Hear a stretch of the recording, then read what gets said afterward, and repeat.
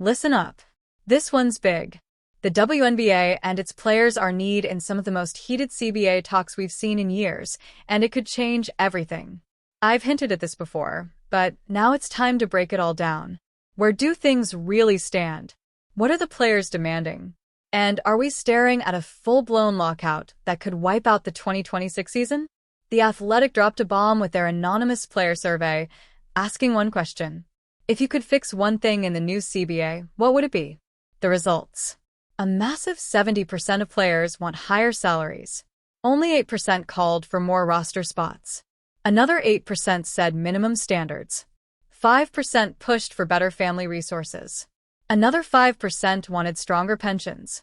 And just 2% asked for revenue-sharing changes. Translation: players are basically screaming, "Pay us more." We've heard it over and over in interviews. Players want a revenue split closer to the NBA's. They want equity. They want fairness bottom line. They want a raise and the respect that comes with it. But how much are they asking for behind those closed doors? That's still a mystery. And honestly, it's probably better that way because revealing that number could turn negotiations into an all-out war. What happens next? Will the league step up, or are we about to see one of the most dramatic showdowns in WNBA history? They're keeping those salary numbers locked up tight, and for good reason. For years, people have been screaming about how the WNBA doesn't make money, how the NBA has to subsidize it, how ratings are low, on and on like a broken record. But here's the reality.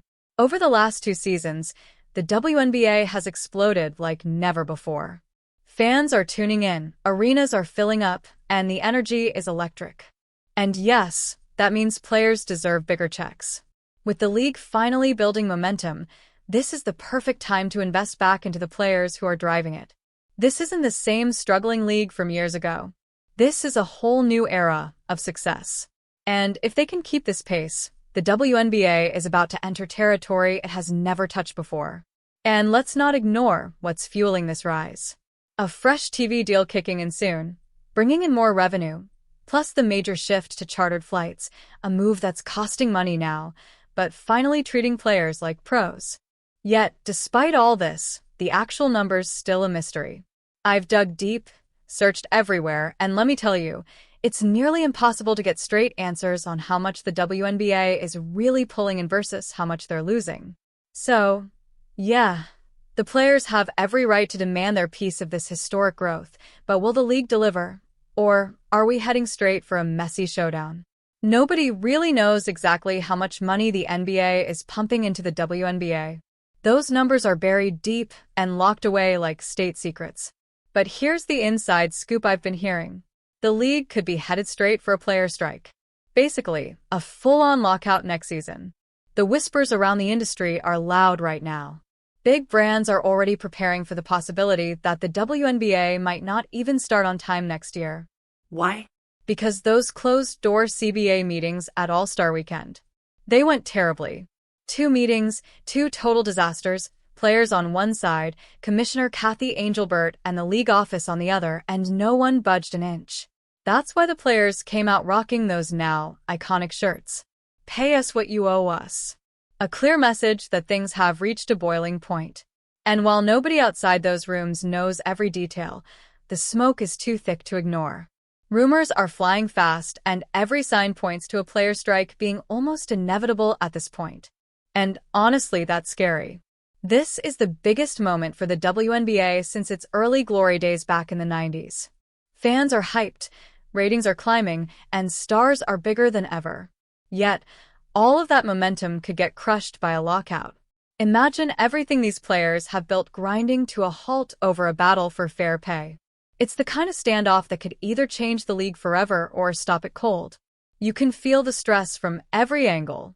Players, the WNBA owners, even Commissioner Kathy Engelbert are all sitting in this cloud of uncertainty wondering what the future's going to look like.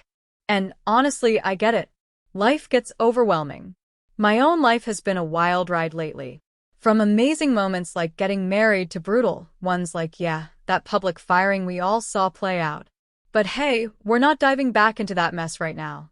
I try to keep things positive here, which means I have to work double time on my own mental health behind the scenes.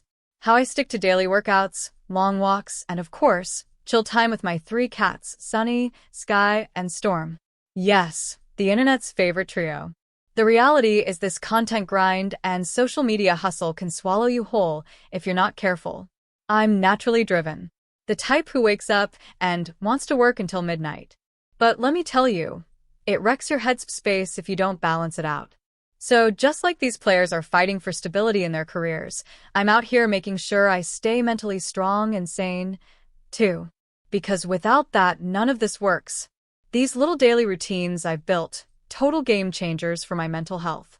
And speaking of mental health, shout out to BetterHelp for sponsoring today's video. They're on a mission to make starting therapy so much easier. Imagine having someone actually listen, ask the right questions, and help you look at things from a whole new perspective. They're not just there to hear you out. They give you real techniques to create positive change in your life. All it takes is filling out a quick questionnaire, and in just a couple of days, you can be matched with a licensed therapist.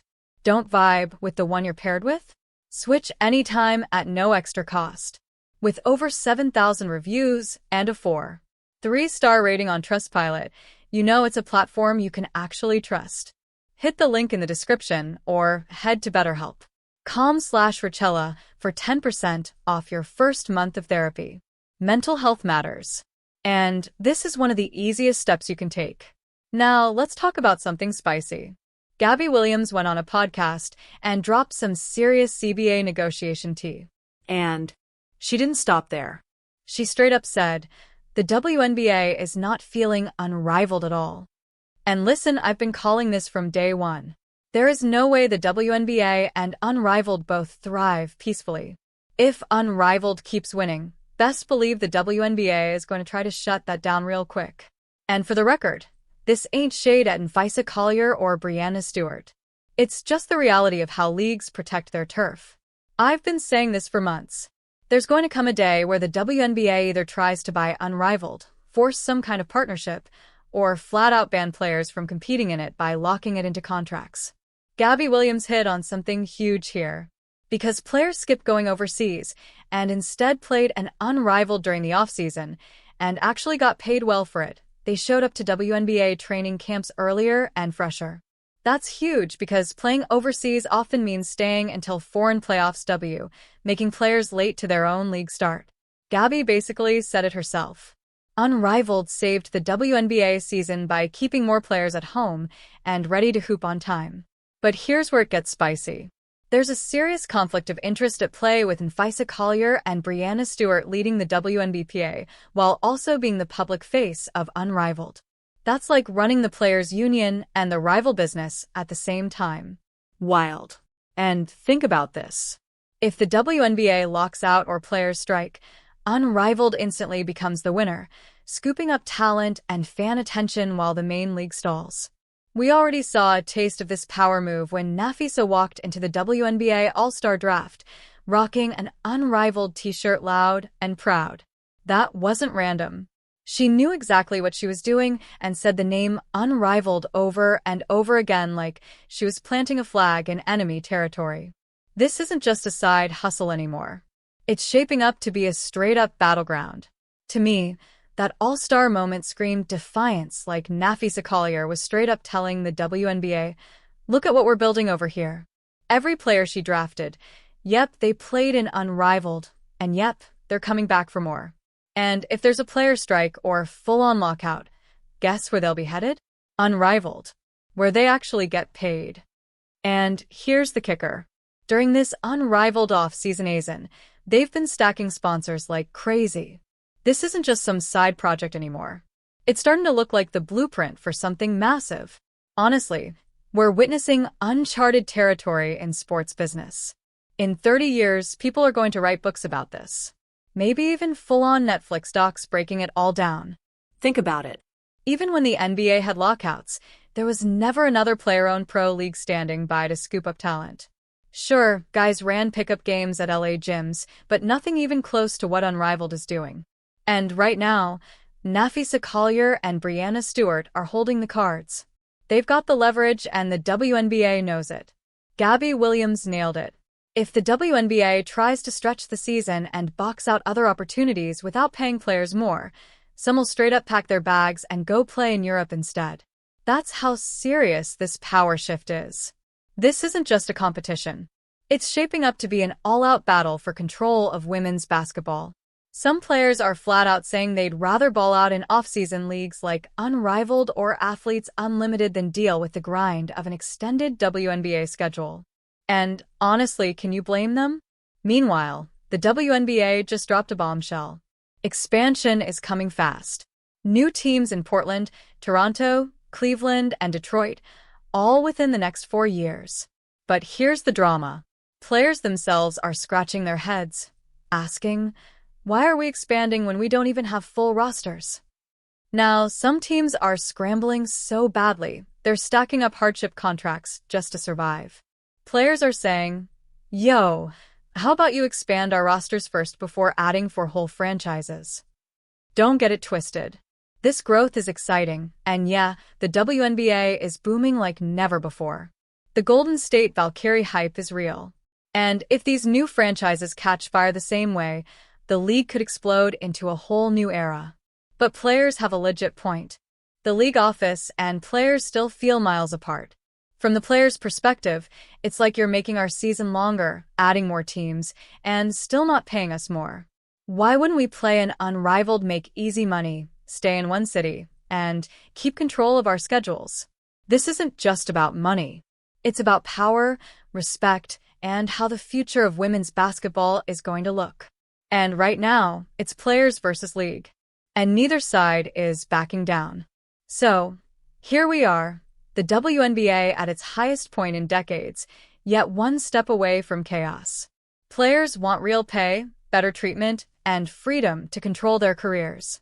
The league focused on expansion, longer seasons, and protecting its turf. And sitting in the middle of all this is Unrivaled, the players' own league that's quickly becoming a serious threat and maybe their safety net if a lockout hits. If the CBA talks keep tanking and a strike happens, Unrivaled could steal the spotlight, sponsors, and talent overnight, turning this into one of the biggest power shifts in women's sports history. But here's the question that no one can answer yet.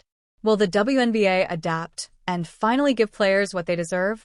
Or are we about to watch the league implode while its stars build their own empire elsewhere? Either way, the future of women's basketball is about to get very real. And when the dust settles, the entire sports world might look at